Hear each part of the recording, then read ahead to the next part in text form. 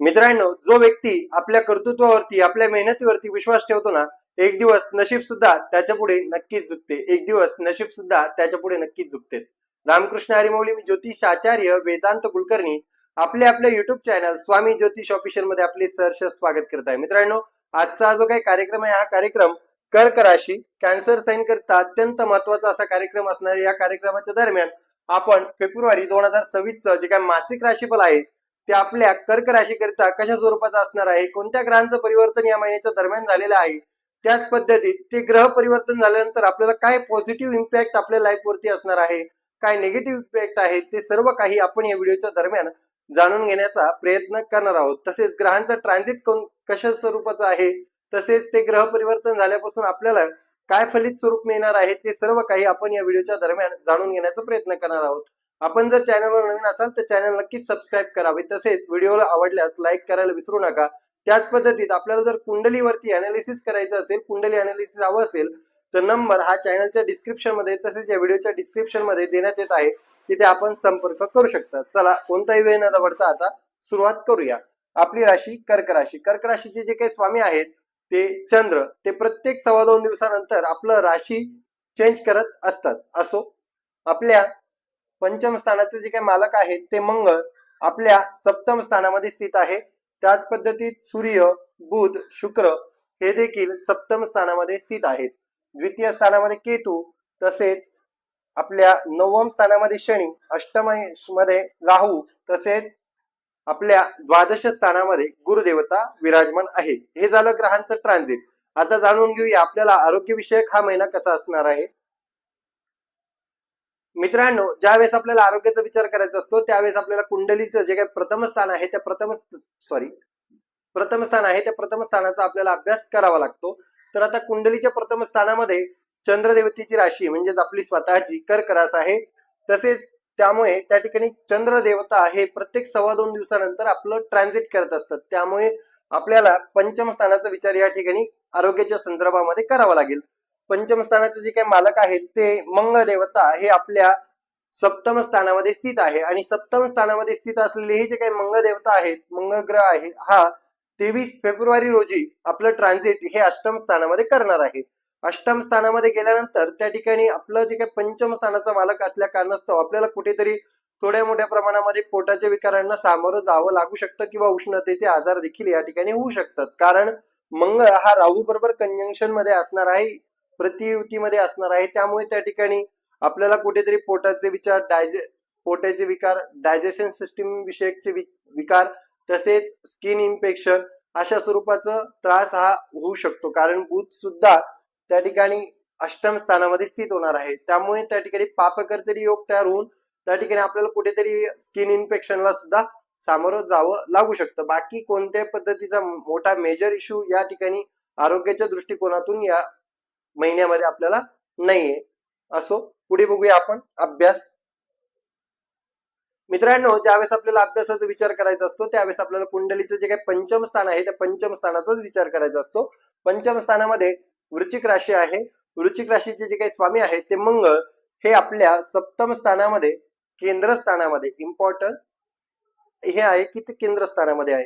केंद्र स्थानामध्ये पंचम स्थानाचा मालक ज्यावेळेस असतो त्यावेळेस आपल्याला आरोग्याचे विषयक, त्याच पद्धतीमध्ये आपण जर बघायला गेलं तर अभ्यासाचे विषयक जास्तीत जास्त प्रमाणामध्ये आपल्याला उत्तम पद्धतीचे यश संपादन करून देत असतो. तेथे बघायला गेल्यास सूर्य देखील स्थित आहे. सूर्य व मंगळ हे दोघांची युती, राजा व सेनापती हे दोन्ही एकत्र असल्या कारणास्तव आपल्याला आपल्या स्टडी विषयक मोठे निर्णय घेणे हे अत्यंत उत्तम पद्धतीचे या महिन्याच्या दरम्यान असणार आहे. तसेच आपल्याला जर एखादी कॉम्पिटेटिव्ह एक्झाम असेल, विशेषतः 23 फेब्रुवारीच्या आत जर एखादी कॉम्पिटेटिव्ह एक्झाम असेल आपली, कर्क राशीचे विद्यार्थी मंडळी, तुमच्याकरिता त्या ठिकाणी ती जी काही एक्झाम आहे ती अत्यंत फ्रुटफुल अशी असणार आहे. त्यामध्ये यश संपादन करण्याकरिता आपल्याला चांगल्या पद्धतीचे योग असे दिसून येत आहे. कारण सूर्य, मंगळ, शुक्र हे देखील चतुर्गृही योग बनून केंद्र स्थानामध्ये आपल्या स्थित आहेत. त्यामुळे आपल्याला उत्तम पद्धतीचं यश संपादन हे या महिन्याच्या दरम्यान होण्याचे योग दिसत आहेत. असो, हे झाला अभ्यास. पुढे बघूया आपण प्रेम. मित्रांनो, ज्यावेळेस आपल्याला प्रेमाचा विचार करायचा असतो त्यावेळेस देखील आपल्याला कुंडलीचं जे काही पंचम स्थान आहे त्या पंचम स्थानाचा विचार करावा लागतो. तर पंचम स्थानाचे जे काही मालक आहेत ते मंगळ हे आपल्या सप्तम स्थानामध्ये स्थित आहे 23 फेब्रुवारी पर्यंत. त्यानंतर त्या ठिकाणी त्यांचं जे काही ट्रान्झिट आहे ते आपल्या अष्टम स्थानामध्ये होणार आहे. अष्टम स्थानामध्ये ट्रान्झिट असल्या कारणास्तव थोड्या 23 फेब्रुवारी नंतर कुठेतरी आपल्यामध्ये मिसकम्युनिकेशन घडू शकतं. तत्पूर्वी जर बघायला गेलं तर मंगळ देवता हे शुक्र प्रेमाच्या कारक ग्रहाबरोबर शुक्राबरोबर आहे. त्यामुळे आपली जी काही प्रेम विषयक जीवन आहे ते फेब्रुवारी महिन्यामध्ये अत्यंत उत्तम पद्धतीचं असणार आहे. आपल्या प्रेमयुगुलांमध्ये अत्यंत फ्रुटफुल असा संवाद सुद्धा असणार आहे आणि अत्यंत प्रेम संबंध प्रगल्भ अशी असणार आहे.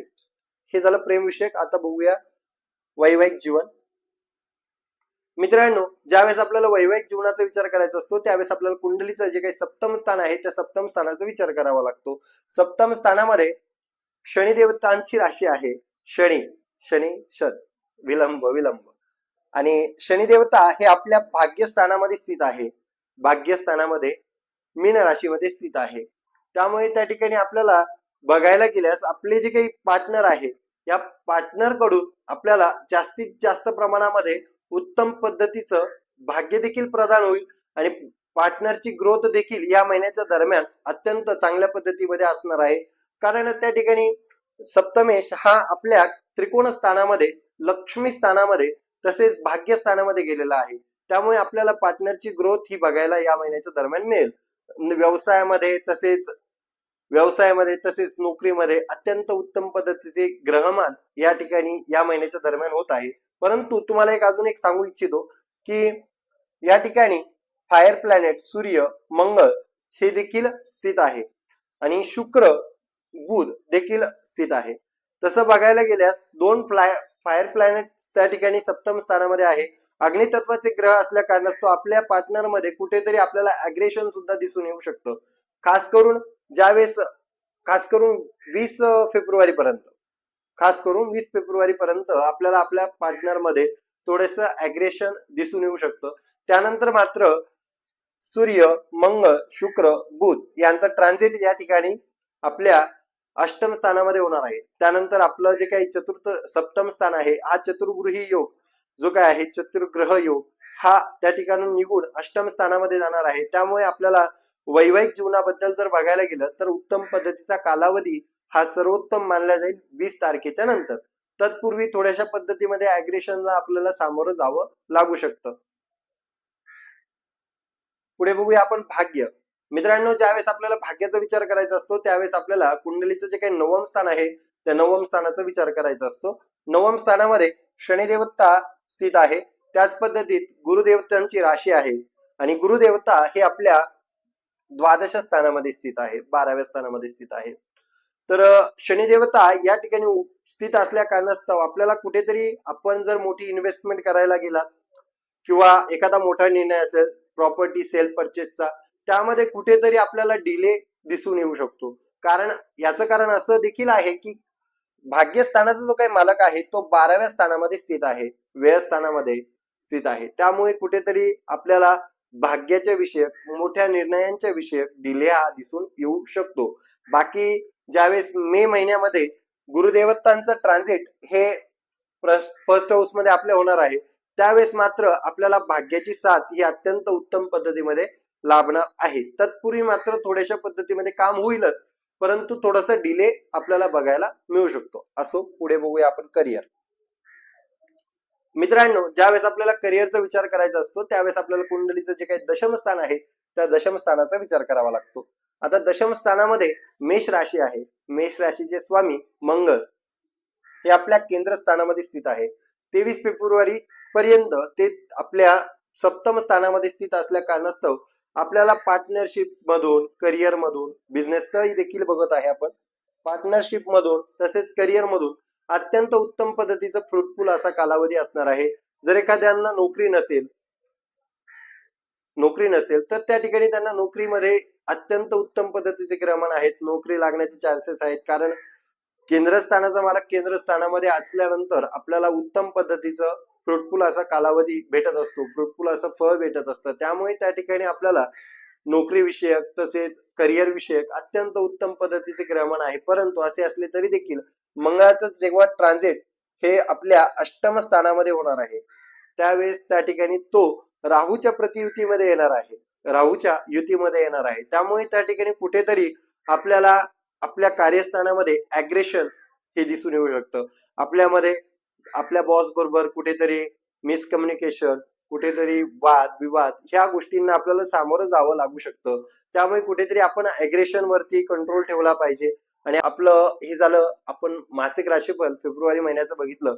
आता आपण उपाय काय केले पाहिजे, हा महिना अत्यंत उत्तम पद्धतीचा जाण्याकरिता उपाय काय केले पाहिजे. तर आपला जो काय राशीचा स्वामी आहे चंद्र, या चंद्राचा जो काही बीजमंत्र आहे ओम श्राम श्रीम श्रोम सह चंद्रमसे नमः, या चंद्राच्या बीजमंत्राचा जप करावा. त्याच पद्धतीने उगवत्या सूर्याला अर्घ्य द्यावं. सकाळी 6 वाजता किंवा 6:30 वाजता सूर्याला अर्घ्य द्यावं. त्याच पद्धतीमध्ये जे काही आदित्य हृदय स्तोत्र आहे त्या आदित्य हृदय स्तोत्राचा पाठ करावा, जेणेकरून आपल्याला हा जो काही महिना आहे हा अत्यंत उत्तम पद्धतीचा जाईल. असो, रामकृष्ण हरी. व्हिडिओ कसा वाटला, तसेच आपले जर काही प्रश्न असेल तर कमेंट सेक्शन मध्ये नक्कीच विचारा.